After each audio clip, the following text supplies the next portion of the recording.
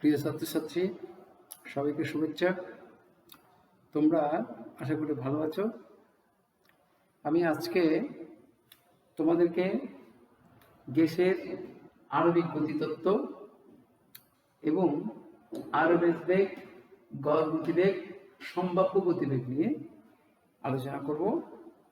তার মধ্যে আমরা প্রথমেই পড়ব গ্যাসের অণুসমূহের আণবিক গতিবেগ অর্থাৎ আণবিক গতিতত্ত্ব। প্রথমেই বলি আমি, গ্যাসের আণবিক গতিতত্ত্বের মধ্যে কতগুলো গ্যাসের গতিতত্ত্বের কতগুলো নিয়ম আছে, এই নিয়মগুলোকে আমরা মেনে চলতে হবে। গতিতত্ত্বের নিয়মগুলো হচ্ছে গ্যাসের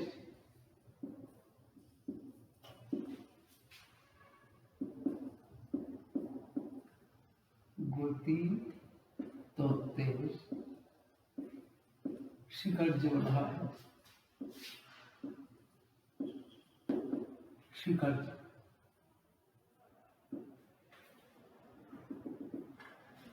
স্বীকার্যের মধ্যে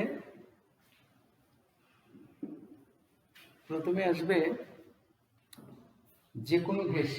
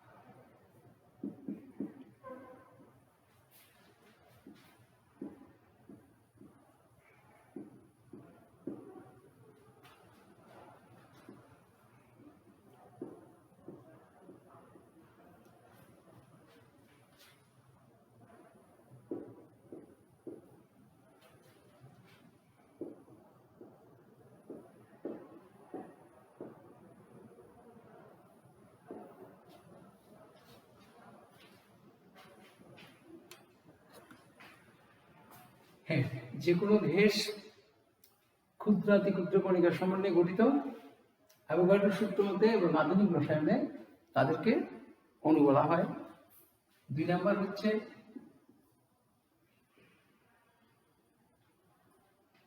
গ্যাসের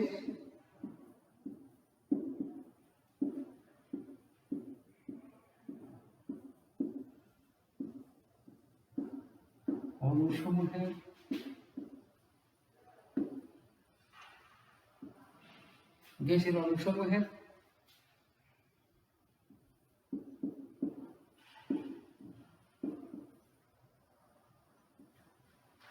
মোট আয়তন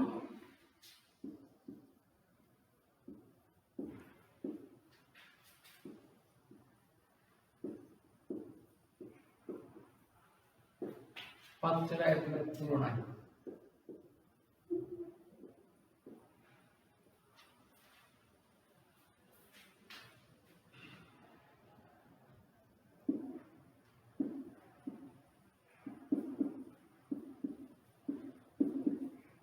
অতি নগণ্য। গ্যাসের অণুসমূহের মোট আয়তন অর্থাৎ একটি পাত্রে যদি আমরা গ্যাস নিই, আমরা পরবর্তী দেখাবো বললো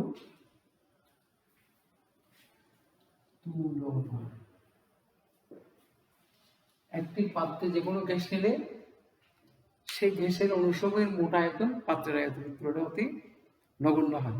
অর্থাৎ গ্যাস পাত্রের বেশিরভাগ অংশই থাকে খালি। গ্যাস পাত্রের বেশিরভাগ অংশই খালি থাকে। 3 নম্বর হচ্ছে আকর্ষণ গ্যাসের অনুষঙ্গের মধ্যে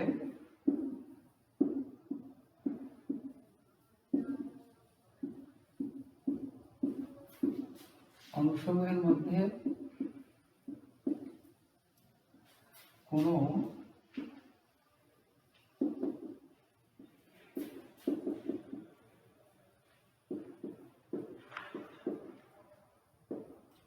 আকর্ষণ বিকর্ষণ নেই।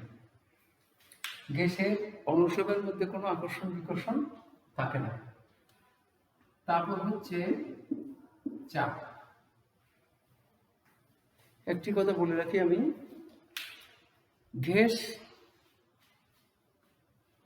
যে পাত্রে রাখা হয় সে পাত্রে প্রথম গ্যাসের অণুসমূহ নিজেদের মধ্যে সংঘর্ষে লিপ্ত হয়, আবার তারা পাত্রের গায়ে ধাক্কা দেয়।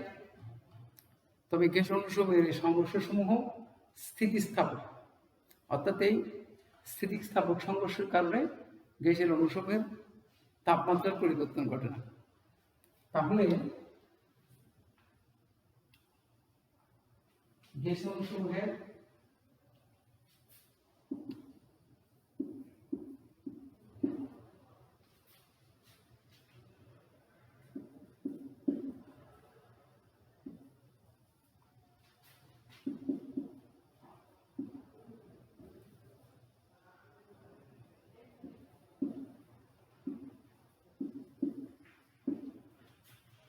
সমূহ আবদ্ধ পাত্রে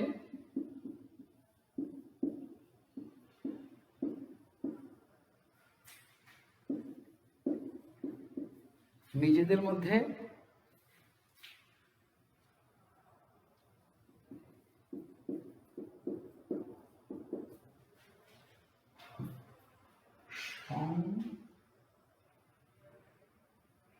সংঘর্ষ, গ্যাস অণুসমূহ নিজেদের মধ্যে সংঘর্ষে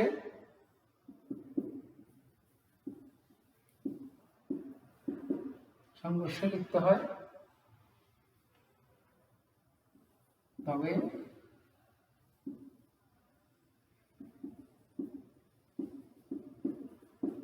এই সংঘর্ষ স্থিতিস্থাপক।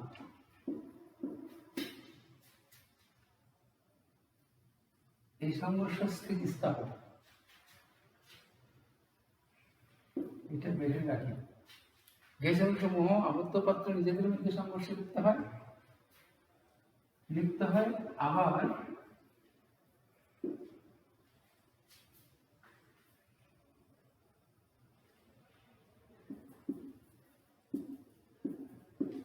পাত্রের গায়ে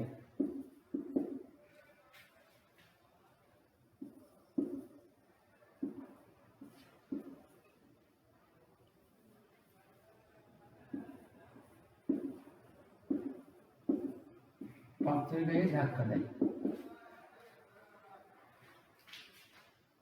পাত্রের গায়ে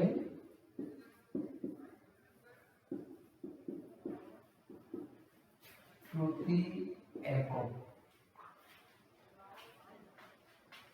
একক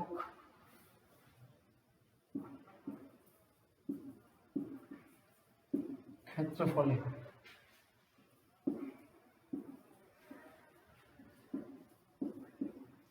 যে বল প্রয়োগ করে তা থেকে চাপের সৃষ্টি হয়।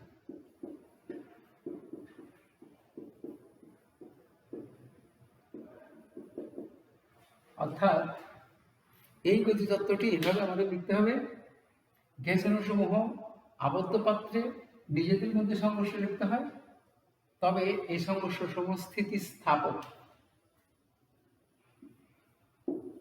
এই স্থিতিস্থাপক সংঘর্ষ হওয়ার কারণে তাদের মধ্যে তাপমাত্রার কোনো পরিবর্তন ঘটে না।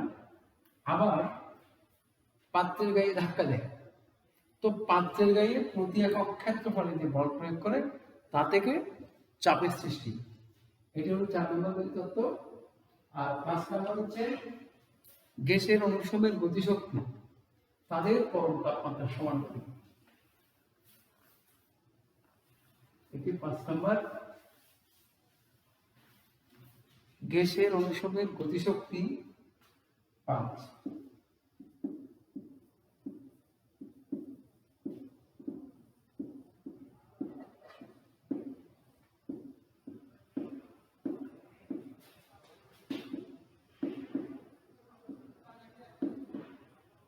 গ্যাসের অনুষঙ্গের গতিশক্তি তাদের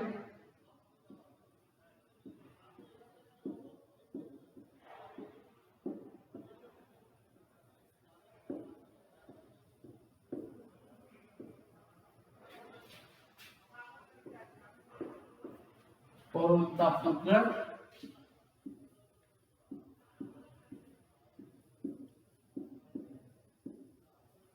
সমানুপাতিক।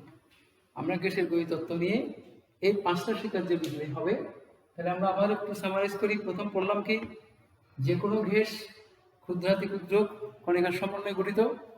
আধুনিক রসায়নে এবং অ্যাভোগাড্রোর সূত্র মতে এদেরকে অণু বলা হয়। 2 নম্বর ছিল গ্যাসের অণুসমূহের নিজস্ব আয়তন পাত্রের আয়তনের তুলনায় অতি নগণ্য। 3 নম্বর হচ্ছে গ্যাসের অণুসমূহের মধ্যে কোনো আকর্ষণ বিকর্ষণ নেই। 4 নম্বর হলো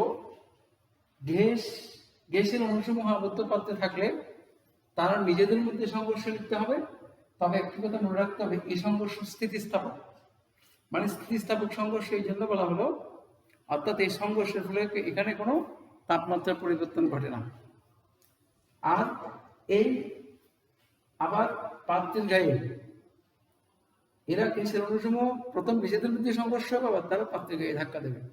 বলা হচ্ছে পাত্রের গায়ে প্রতি একক ক্ষেত্রফলে যে বল প্রয়োগ করে তা থেকে চাপের সৃষ্টি হয়। অর্থাৎ গ্যাসে কিভাবে চাপ সৃষ্টি হয় এই কথাটি যদি প্রশ্নে আসে, আমরা 4 নম্বর শিক্ষার্থী লিখে দেবো। আর 5 নম্বর শিক্ষার্থী হচ্ছে গ্যাসের অণুসমূহের গতিশক্তি তাদের পরম তাপমাত্রার সমানুপাতিক।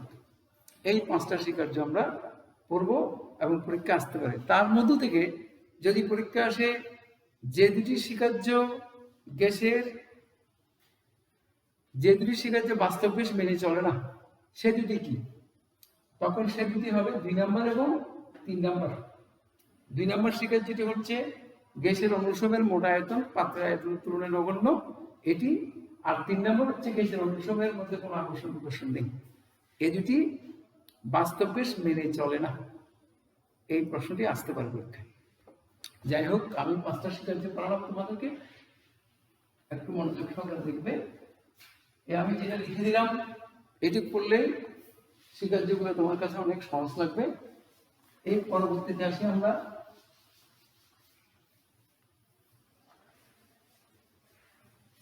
তিনটা সংজ্ঞা। প্রথম হচ্ছে আরএমএস, বর্গমূল গড় বর্গ বেগ বা গতিবেগ।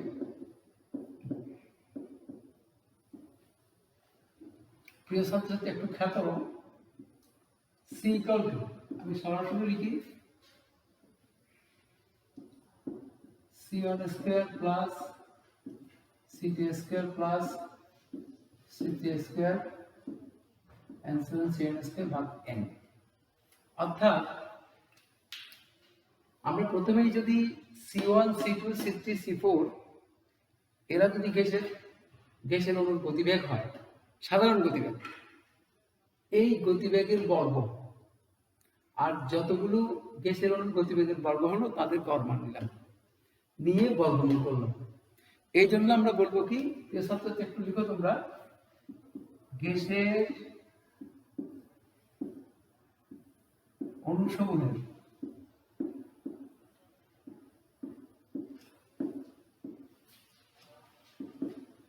গতিবেগের প্রথম গতিবেগ, এই C1 C2 C3 প্রথম গতিবেগ, গ্যাসের অণুসমূহের গতিবেগের বর্গের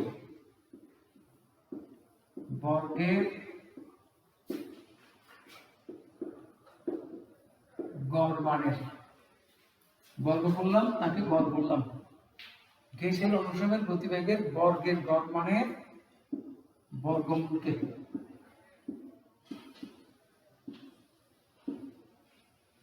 বর্গমূলকে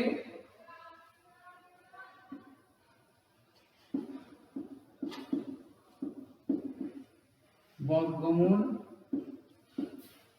গড় বর্গ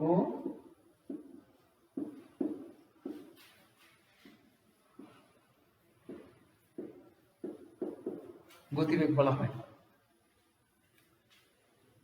একে আমরা আরএমএস বেগও বলতে পারি। আরএমএস মানে এটা ইংরেজিতে বলা হয় root mean square velocity. Root mean square velocity. গড় গতিবেগ, গড় গতিবেগের সংজ্ঞা হচ্ছে পাটিগণিতীয় বেগ, গড় গতিবেগ অর্থাৎ গ্যাসের অণুসমূহের গতিবেগের পাটিগণিতীয় গড় মান। আমি লিখছি না এখানে, গ্যাসের অণুসমূহের গতিবেগের পাটিগণিতীয় গড় মান বলা হবে গড় গতিবেগ। এই সংখ্যাটি একটু লিখব, সম্ভাব্যতম গতিবেগ।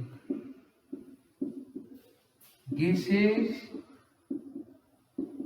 অণুসমূহ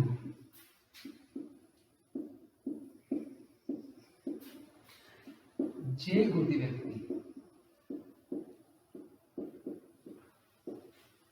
গতিবেগটি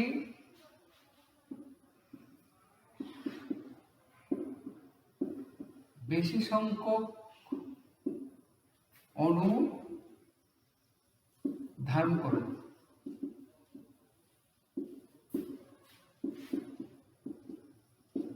সেই গতিবেগকে সম্ভাব্যতম গতিবেগ বলা হয়। এটা কিন্তু বলা হয় মোস্ট প্রবাবল ভেলোসিটি। তাহলে আমরা তিনটে গতিবেগ পড়লাম। আমি আবার একটু বলি, আরএমএস বেগ হচ্ছে গ্যাসের অণুসমূহের গতিবেগের। দেখো আমি পূর্বে লিখেছি, আমরা এটা যদি গাণিতীয় রূপে লিখতে বলে তাহলে আমরা প্রথমেই লিখবো গ্যাসের অণুসমূহের গতিবেগ C1 C2 C3 এভাবে Cn পর্যন্ত লিখবো। আর এখানে পাত্রে যদি n সংখ্যক গ্যাসের অণু থাকে তাহলে আমরা গ্যাসের অণুসমূহের বর্গমূল গড় গতিবেগ C √√C1² + C2² + C3² Cn² ভাগ n। তাহলে সংখ্যাটি কিরকম হবে? গ্যাসের অণুসমূহের গতিবেগের বর্গের গড় মানের বর্গমূলকে বর্গমূল গড় বর্গ গতিবেগ বলা হয়। তো এখানে আমরা এই বর্গমূল গড় বর্গ গতিবেগকে আরএমএস বেগও বলতে পারি। আরএমএস মানে root mean square velocity, RMS বেগ বলে। আর গড় গতিবেগ হচ্ছে গ্যাসের অণুসমূহের গতিবেগের পাটিগণিতীয় গড়। অর্থাৎ 10টা গ্যাসের অণু নিলাম, তাদের গতিবেগ নিয়ে তাকে 10 দিয়ে ভাগ করলেই গ্যাসের অণুসমূহের গড় গতিবেগ বের হয়ে যাবে। অর্থাৎ এটা পাটিগণিতীয় গতিবেগের গড় মানকে গড় গতিবেগ বলা হয়। আর সম্ভাব্যতম গতিবেগটা এটা মোস্ট ইম্পর্টেন্ট বিষয়, এটা একটু খেয়াল করতে হবে। এক্ষেত্রে গ্যাসের অণুসমূহের যে গতিবেগটি, খেয়াল করো, গ্যাসের অণুসমূহের যে গতিবেগটি বেশি অণু ধারণ করে, মানে বেশিরভাগ অণু যে গতিবেগটি ধারণ করবে, যে গতিবেগটি বেশিরভাগ অণুর মধ্যে থাকবে, সেই গতিবেগকে বলা হয় মোস্ট প্রবাবল ভেলোসিটি বা সম্ভাব্য গতিবেগ, সম্ভাব্যতম বা সম্ভাব্য গতিবেগ, এই কথা। তো আমি আজকে গ্যাসের আণবিক গতিতত্ত্বের স্বীকার্য আরএমএস বেগ, গড় গতিবেগ, সম্ভাব্য গতিবেগ, এই তিনটে জিনিস পড়লাম। আগামী ক্লাসে তোমাদের আমি এই বর্গমূল গড় বর্গ গতিবেগ কিভাবে প্রতিপাদন করা যায়, আর তার সাথে গতিশক্তি, আরএমএস বেগ এবং গতিশক্তি কিভাবে প্রতিপাদন করে, গতিশক্তি কিভাবে নির্ণয় করা যায়, এই দুটো সূত্র প্রতিপাদন করব। তো আমি তোমাদের আজকে এই ক্লাসে এখানে শেষ করলাম। সবাইকে অসংখ্য ধন্যবাদ।